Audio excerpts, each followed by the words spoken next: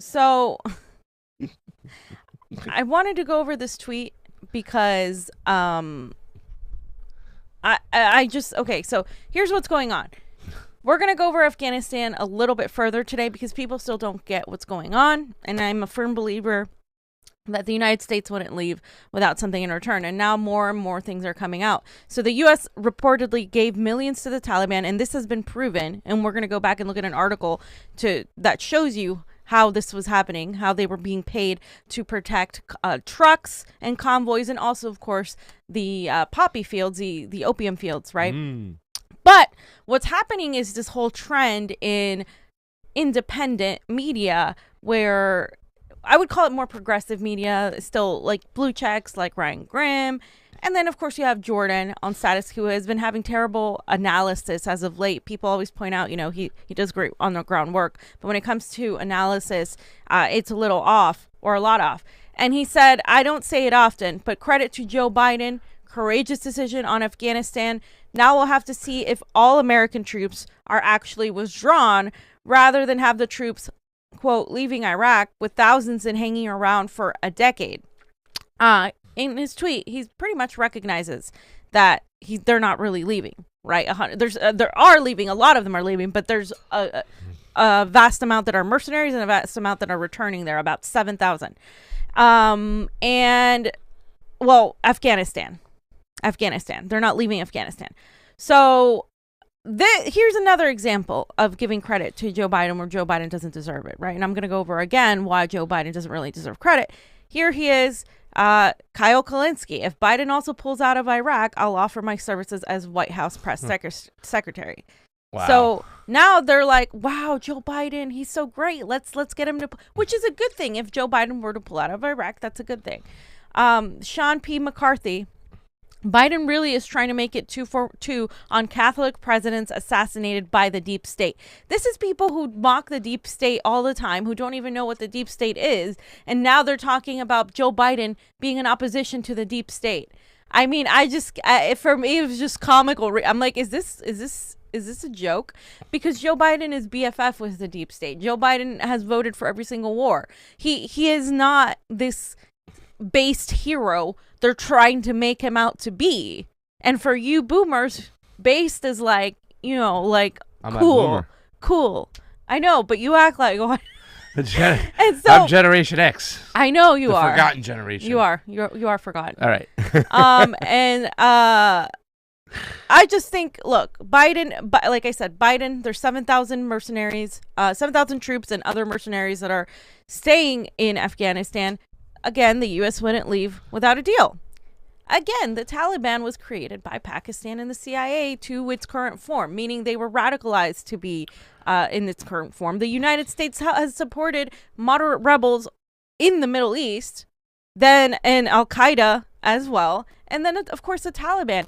And this is something that's been happening forever. And now I wanted to go over this article that was in The Guardian in 2009.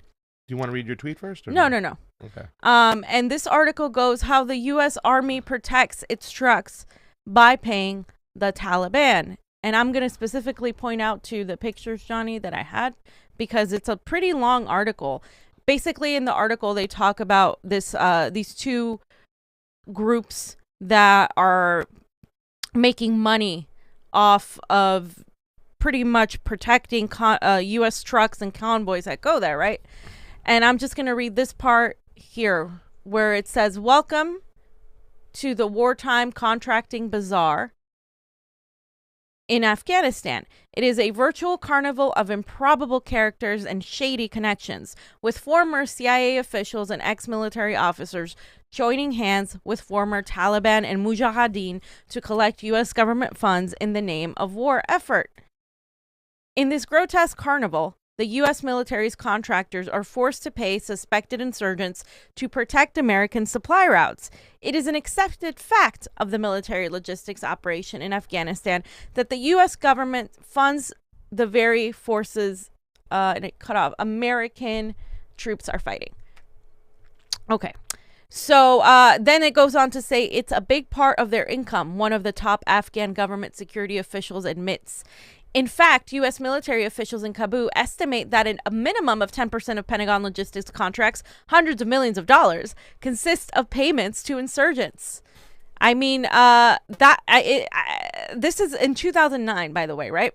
Then it talks about the NCL, which is a licensed security company in Afghanistan. This is one of the two companies they were talking about, in addition to Watan Risk.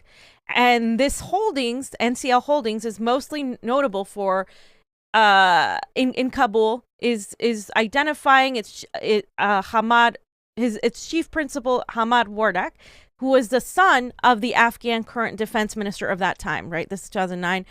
General Rahim Wardak, who was the leader of the Mujahideen against the Soviets. Mm-hmm. So what you know is that it's crazy to me that people forgot about this. This is why I'm bringing it up. And so in 2009, the firm with no apparent trucking experience was named as one of the 6 companies that would handle all of the U.S. trucking in Afghanistan, bringing supplies to the web of bases and remote outposts scattered across the country. So this was back in 2009 when this was happening. And we know, we've talked about the Mujahideen here. We've talked about the how the Mujahideen pretty much worked against the Soviets with the United States. And the Mujahideen, we know, were the radicals, the actual, Islamic radicals. This is like common sense, but I think a lot of people don't understand how this plays into today, because a lot of what's happening today is you can't ignore everything that's been happening. The deals that the Taliban has been making with the United States for guardianship of the fields, and of course of these convoys, and also the weapons that these people are using are American made.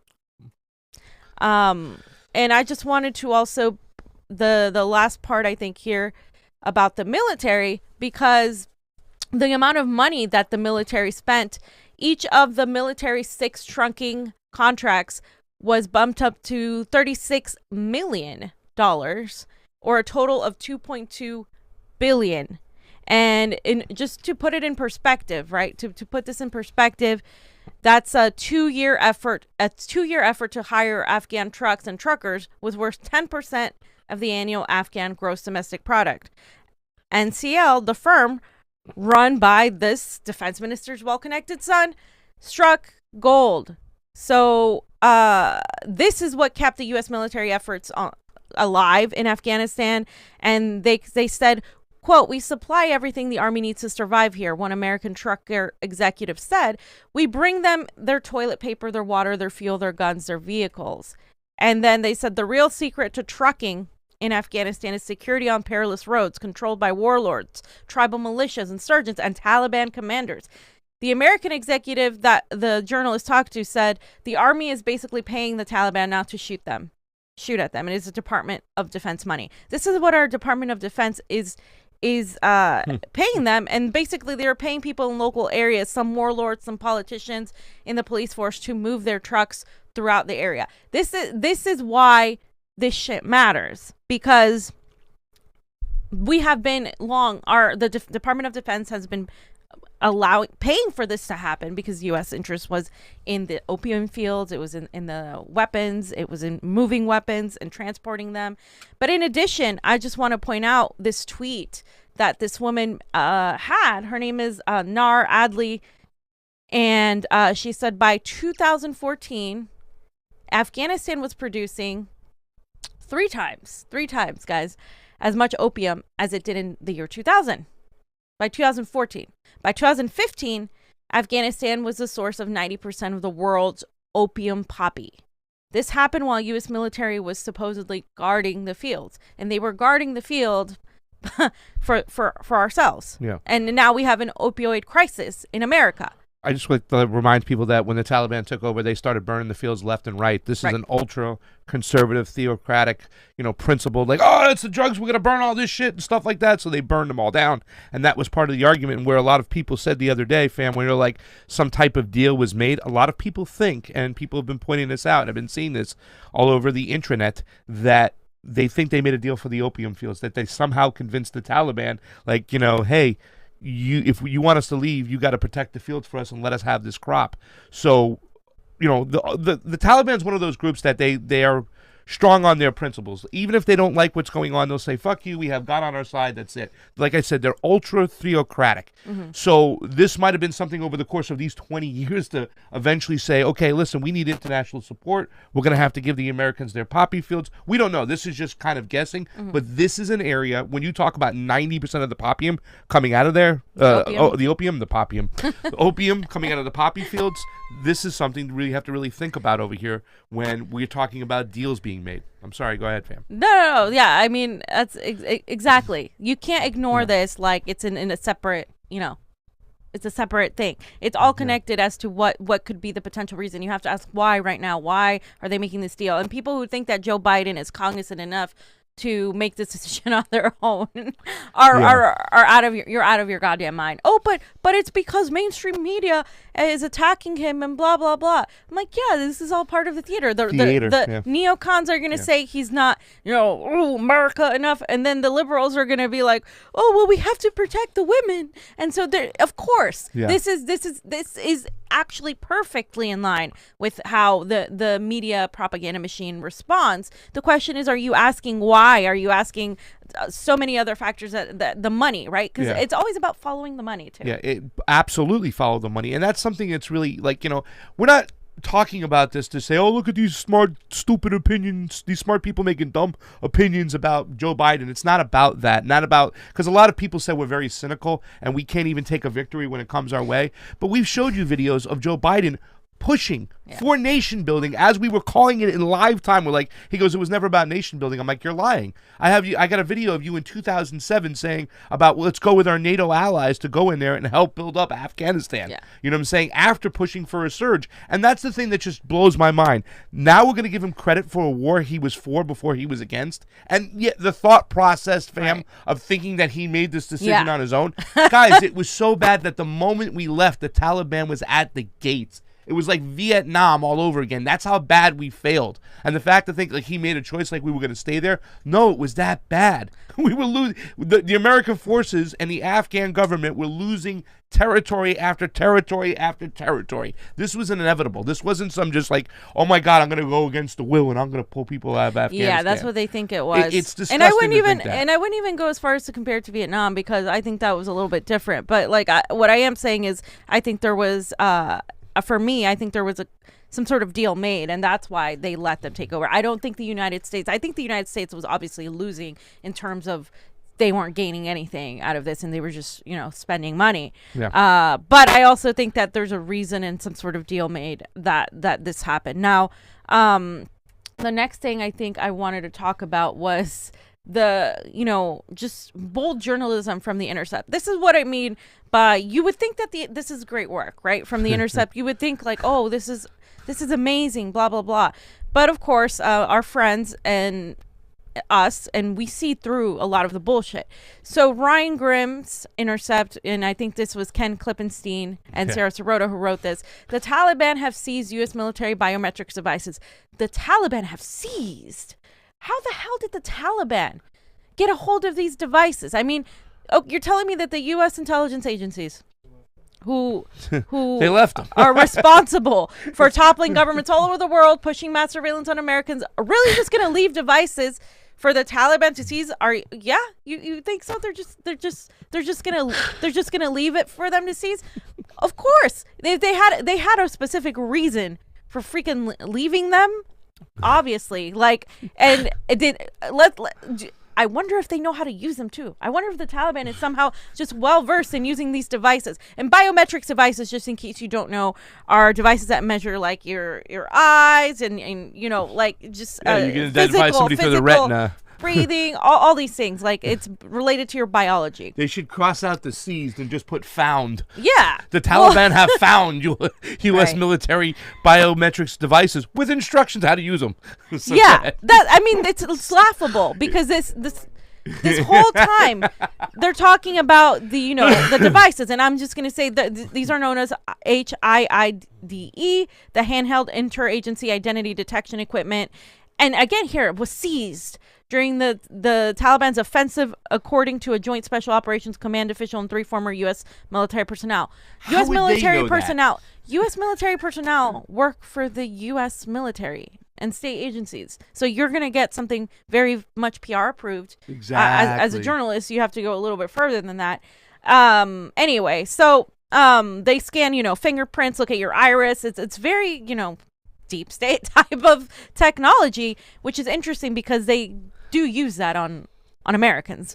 But that's my whole thing I wanted to point out. Like, there's so much more to this than the Taliban seizing the biometrics, and the mass surveillance of us isn't a coincidence, guys. They wouldn't just leave this unless there was some sort of like deal being made, right? And I wanted to point out to the ridiculousness of some people. Look at what Michael Moore did, because this is why I'm telling you the surveillance state internationally, foreign policy wise, is extremely similar to the surveillance state that is being imposed on Americans now and has been for a while, but now it's at an all-time high. Michael Moore said, "They're Taliban, our Taliban. Everybody's got a Taliban. They're at their best when they confiscate the halls of power." What a friggin' douche, man. Wow. I have a painting of Michael Moore that I got a long time ago when I saw Bowling for Columbine, which the movie really propelled me into getting into politics more. And it was an amazing movie, even a sicko movie. But this is just what happens to people. People really got TDS, and it really affected their brains. And this is some fucking... This is some bullshit. Look at this. Johnny won't see it, but there's the American Taliban, this old lady. Remember the old lady with the little flag that she was holding? The American Taliban. Oh, God. It's just ridiculous. It is really ridiculous to do this shit. Ridiculous. And it's dangerous. It is dangerous. It's dangerous. You don't do this shit. You're talking about, all right, the Trump supporters walking through, the shaman and everything like that, and you're showing a picture of Taliban fighters. And you're comparing the two to Americans. There it is, Johnny. That's the American Taliban. I mean, in the ropes, and you can see the ropes, and they're like, please stay in the ropes. I mean, she's holding an American flag, for crying out loud. But she's not holding like a radical, like anti-American. You know what I'm saying? Like, these people support America. Yeah. Like, they support, like, it's crazy. And they're to me. not crazy too. What's that? She's got a sippy cup. I know, a little sippy cup with the straw. I mean, guys, do you realize how dangerous this shit is, though? This is like, it's funny, this is but like it's you dangerous. Really you're comparing people to the Taliban fighters in Afghanistan. You know what I'm saying? That have been, fighting and killing soldiers and other tribes for so long. I mean, the Taliban, what they would do back in the days when they took over, they would do like a polo style game with the heads of their enemies. Yeah. Right? You know what I'm saying? If not, they'd have with sheep, and this is real stuff. These guys were cold-blooded killers, and they lived in war zones for over 30 fucking years. Over 30 years. You know what I'm saying?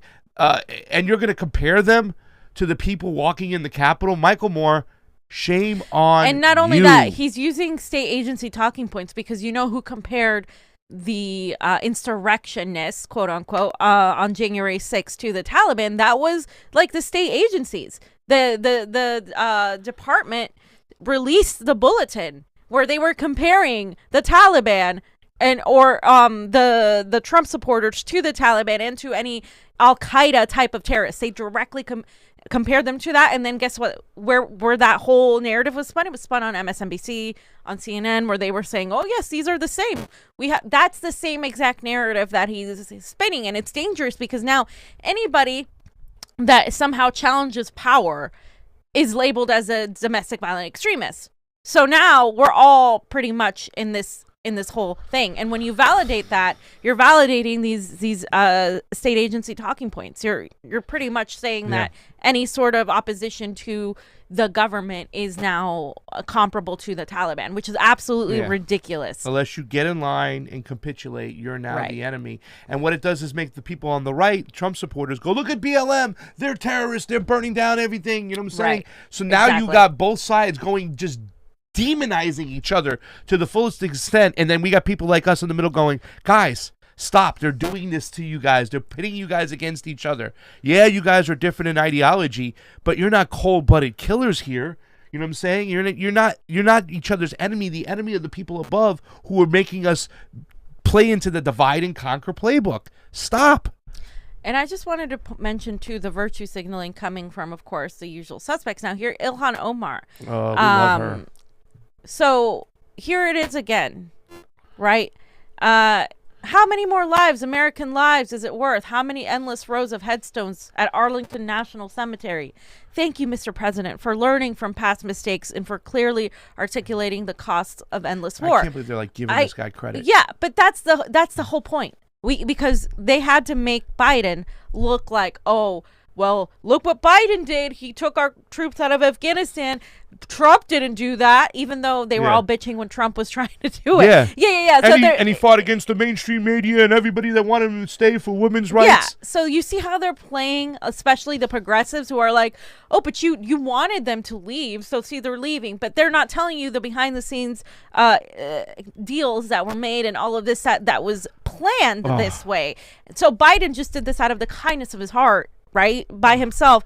And here are people like Ilhan, a member of the squad, are giving him credit where he deserves none. And not only that, but she's learning from past mistakes as a point to, oh, look, Trump didn't do it. Oh, look, others didn't do it. So look, the Democratic president did it. Yeah. So now, preparing for the next presidential election, a Republican wouldn't have done that. You have to vote for the Democrat. Look what Joe Biden did. Do you not see how they frame everything? Everything these people do, guys, is 5 chess moves ahead of everybody else. And you have to understand that. It's not that I give them that much credit. I think they're idiots, but I think they're also extremely intelligent at manipulation and extremely intelligent at psychological manipulation in particular. Yeah. And that is because you read all the things the CIA has done and all the sort of mind manipulations they do. This is just classic. This is like perfectly set up for Biden to look like he's doing something that he really isn't doing. It's gross. And learning from the past mistakes, and I'm sorry because I'm like clinching right now,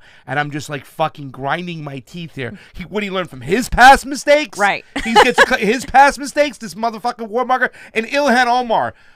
Biden has bombed Somalia twice now. Your homeland.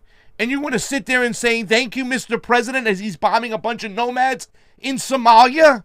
Are you kidding me? It's disgusting. But this is what progressives eat up. This is what I'm saying. Like, I think these people are so dangerous because they're completely reinforcing people's belief in the system. That's what they're there to do. Just rebranding it as better. Look at this. There'll be plenty of time for confronting the repeated failures of Afghanistan policy over the course of 4 presidencies. The urgency of the moment now demands we marshal an international coalition to evacuate every Afghan citizen who is fleeing for their lives. My statement. And there she has her statement. I'm not going to read it necessarily, but she's, she does a whole statement pretty much talking about the failures of Afghan policy, and then she's talking about human rights activists and women, blah blah blah. Here it is. This is the last part I wanted to read. Here, the last 2 lines, Johnny. In the meantime, the urgency of the moment in us now demands we marshal an international coalition to evacuate every Afghan citizen who is fleeing for their lives. This is an American responsibility. It is also a NATO responsibility, and it is also a human responsibility. Notice how they put in NATO. We must hold the airport in Kabul and lead a multinational airlift operation. We have the capacity, and we must find the will to get them out. There will also be Afghan human rights activists and women in civil society who choose to stay. We have an obligation to them, too. The president has been clear that the end of the war does not mean the end of our commitment to the Afghan people. We must begin to prove that with this airlift operation, and then I look forward to working with him to ensure that when the headlines and emotions of this deeply painful moment subside, we are still focused on the people to whom we owe an enormous amount. Can I say something too, fam? I mean, this is just... The whole pullout was a big fucking failure. I mean, I didn't want to start, go putting in other different tweets I saw with these other veterans that said that we made the Afghan people promises, we had time to get them out. And when they sit here and they go, this shit happened so rapidly. Dude, it's been 21 years. This didn't happen rapidly. You know what I'm saying? You extended the time to stay in there. How the hell did you not get all these people out now? Now you want to act like it was like, oh my God, we can get all these people out. You extended the time. They don't give a fuck. They don't give a fuck. This is all PR. This is all PR, and also the fact that she is pretty much signaling to that the U.S. involvement still in Afghanistan shows you that we're not. I mean, with NATO there, do you really think like we're actually 100% out? And like if we don't have a reason to, we're not just gonna go in there and find a way to manipulate things from behind the scenes. This is what I genuinely believe. That's why I'm not, cheerleading Biden. Do I think it's good that we get out? Absolutely. I think it's good that we remove troops in general, but that's not really what is happening just because this is an anti-imperialist president wanting to remove troops. That's not what's happening here. Yeah, I know. Biden is not in danger president. from the deep state. Biden is part of the deep state. Like, guys, come on, don't be so obtuse here. Jonny had a great tweet because Niko pointed out how the U.S. wants you to think it treats refugees versus how they actually treat refugees, including Miss Alexandria Overflow Facilities Cortez. And, and she said, we have a moral obligation to the Afghan people. The U.S. role in this crisis is indisputable. We must waste no time or expense in helping refugees safely and swiftly leave Afghanistan. We must immediately welcome them to the U.S. and provide real support as they rebuild their lives.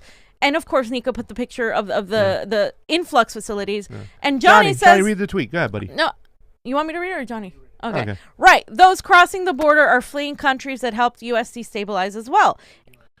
The U.S. helped destabilize as well. If you agree the U.S. should welcome Afghan refugees, you should have the same stance for Hispanic immigrants from the global South.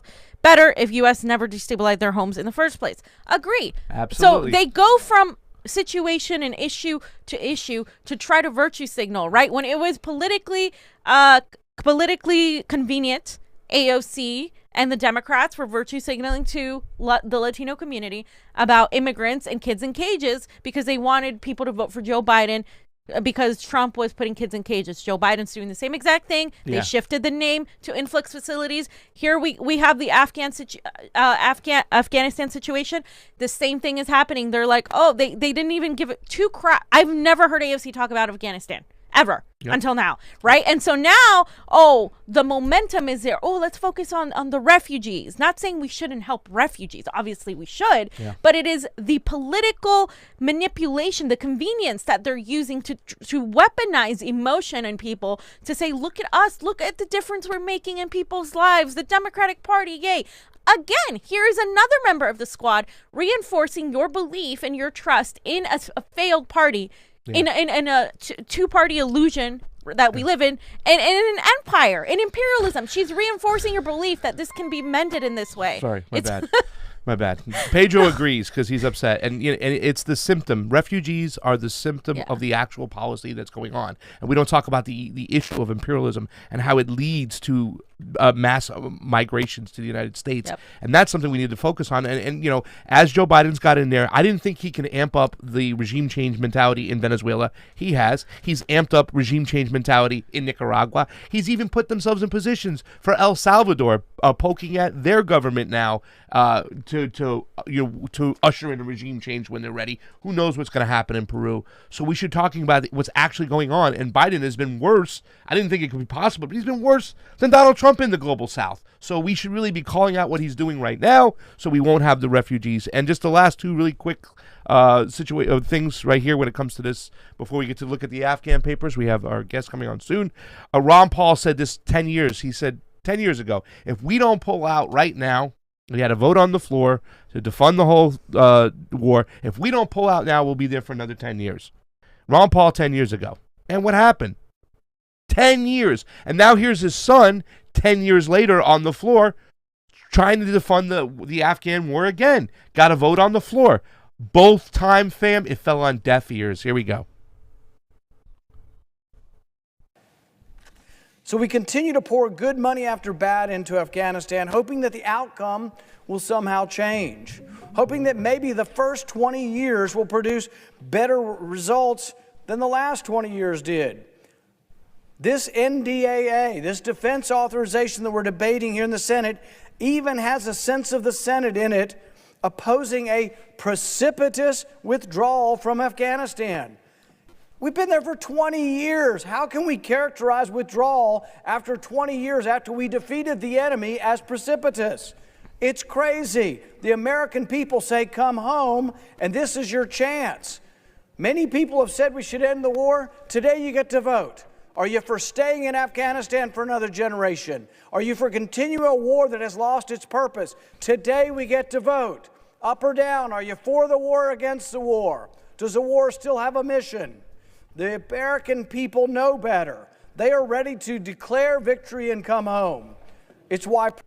All right. Yeah. It fell on deaf ears, fam. Where was the squad then? Where was Bernie Sanders? Where was Bernie Sanders? He wasn't even a co-sponsor on that bill. Senator Udall was. You know what I'm saying? But that's the thing, that they play politics. I don't know. Maybe they couldn't jump in because it was Donald Trump and they didn't want to give him the victory to try to get out of Afghanistan, so they wanted to stall. So that's more important. Tactics. That's more important than doing the right thing, right? And real quick, we're gonna have our guests on, and I want to do a deep dive into this because I think there's so much information that you could learn from the Afghan papers. The Washington Post basically was fought in a 3-year-long battle from 2016 to 2019 to get a hold of some of these interviews, and this is actually something good that they did.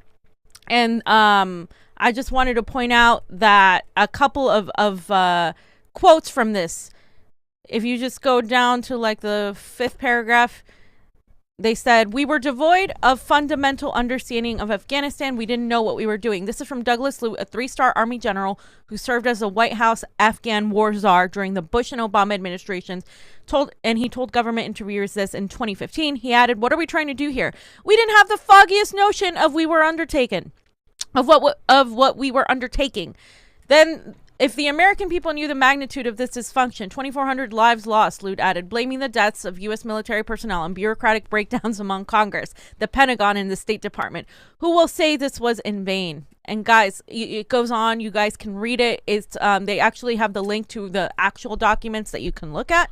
Yeah. And I think it's important to read. It's a lot. There's like different sections. There's, what the general said, then there's just divided by what had to do with nation building and with how they lost, etc. There's different divisions, but that is something good that I think that was attained, and that's the kind of thing people need to read to really understand just how bad it was. And like I said, I want to do a deep dive on this because this is like a lot of information, but I just wanted to remind people that this was released 2 years ago in 2019, and it's just if you read this and then you still think that Joe Biden did this alone, I don't know what to tell you, but I think that would change your mind if you think that this is some sort of win. Complete fucking failure, loss of lives, and we were there for so fucking long we didn't need to be there. So just a little bit ridiculous.